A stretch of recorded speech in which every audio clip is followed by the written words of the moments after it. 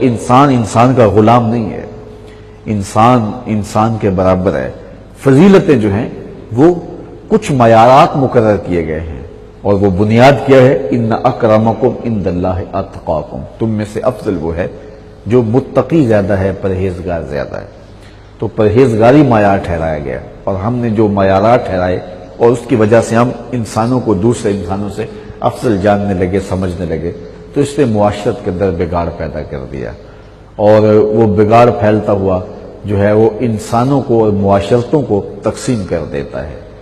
تو ہمیں ہر طرح سے اپنے ذہن کو اور اپنے دل دماغ کو ہر طرح کے تکبر سے اور ہر طرح کی خود نمائی سے پاک کرنا چاہیے، اور اپنے آپ کو ستھرا اور پاکیزہ رکھنا چاہیے۔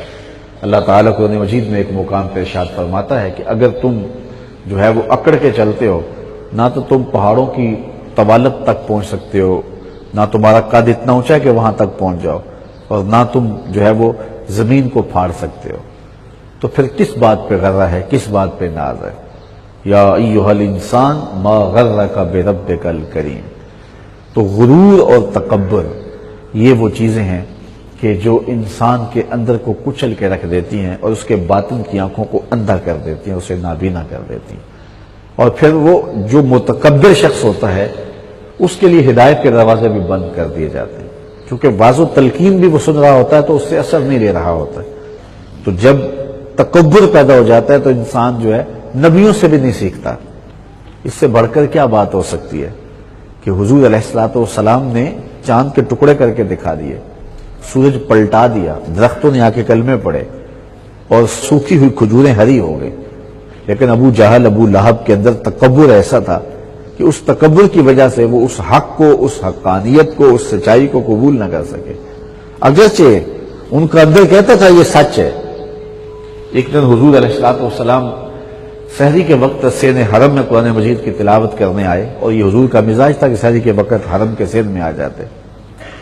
تو ابو جہل، ابو سفیان اور اخنس بن شریک، یہ تین لوگ مختلف گوشوں میں اور مختلف کونوں میں بیٹھ کے حضور کی تلاوت سنتے رہے۔ یار تلاوت تو کوئی بھی کرے تو حظ آتا ہے، لطف ملتا ہے، لیکن جب صاحب قرآن پڑھتے ہوں گے رنگ ہی کوئی اور ہوگا۔ حضرت ابو موسیٰ اشعری رضی اللہ تعالیٰ عنہ فرماتے ہیں فجر کی نماز تھی، حضور تھے، سورہ والضحیٰ کی تلاوت تھی، ابھی تک نشہ ہی نہیں اترتا۔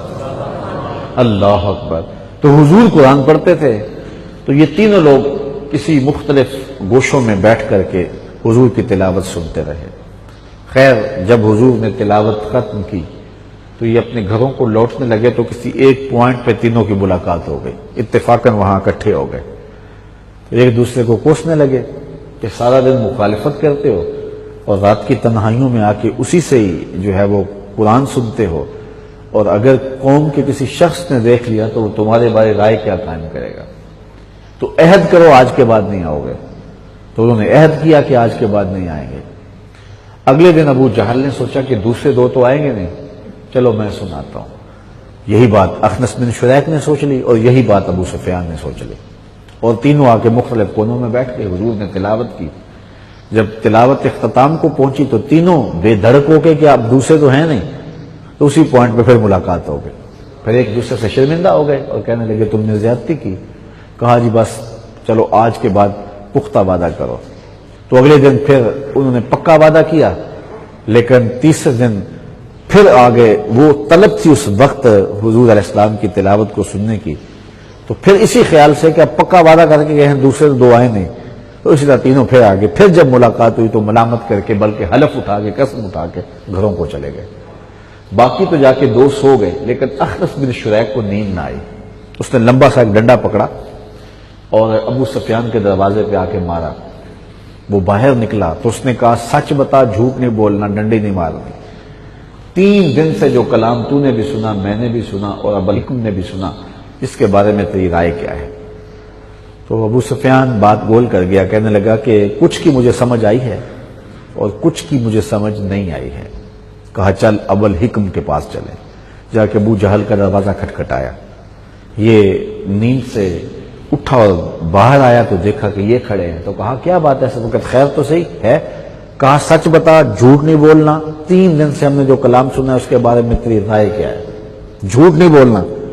تو ابو جہل کہنے لگا کہ اخنس، رفادہ اور سقایا پہلے ہی بنو ہاشم کے پاس ہے، اور اگر نبوت بھی اس خاندان کی مان لیں تو پھر ہمارے پلے کیا رہے گا۔ تو پھر اخنس بن شریک نے کہا کہ پھر اس کا مطلب یہ ہے کہ ایک جھوٹی انا کی وجہ سے اور تکبر کی وجہ سے اتنی بڑی حقانیت کا انکار کر رہے ہو، چلو تم رہو اس انانیت پہ، میں تو محمد عربی کا نوکر بننے جا رہا ہوں۔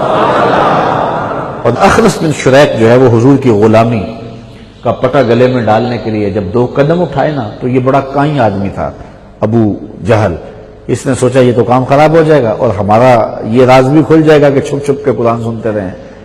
تو اس نے کہا کہ اخنس میری بات سنو، تم اپنے ابا و اجداد کا دین چھوڑنے جا رہے ہو، جن بتوں کو تمہارے ماں باپ پوچھتے تھے آج ان سے بغاوت کرنے جا رہے ہو، اور اس طرح کی چکنی چپڑی باتیں کی۔ تو ہوا کیا کہ وہ وہاں سے واپس آ گیا۔ علماء کہتے ہیں یہ وہ شخص تھا جو ایمان کے کنارے پہ پہنچ گیا تھا، لیکن ایمان نصیب نہ ہوا۔ ایمان نصیب ہوتا ہے اللہ کی توفیق سے، اس کے کرم سے نصیب ہوتا ہے۔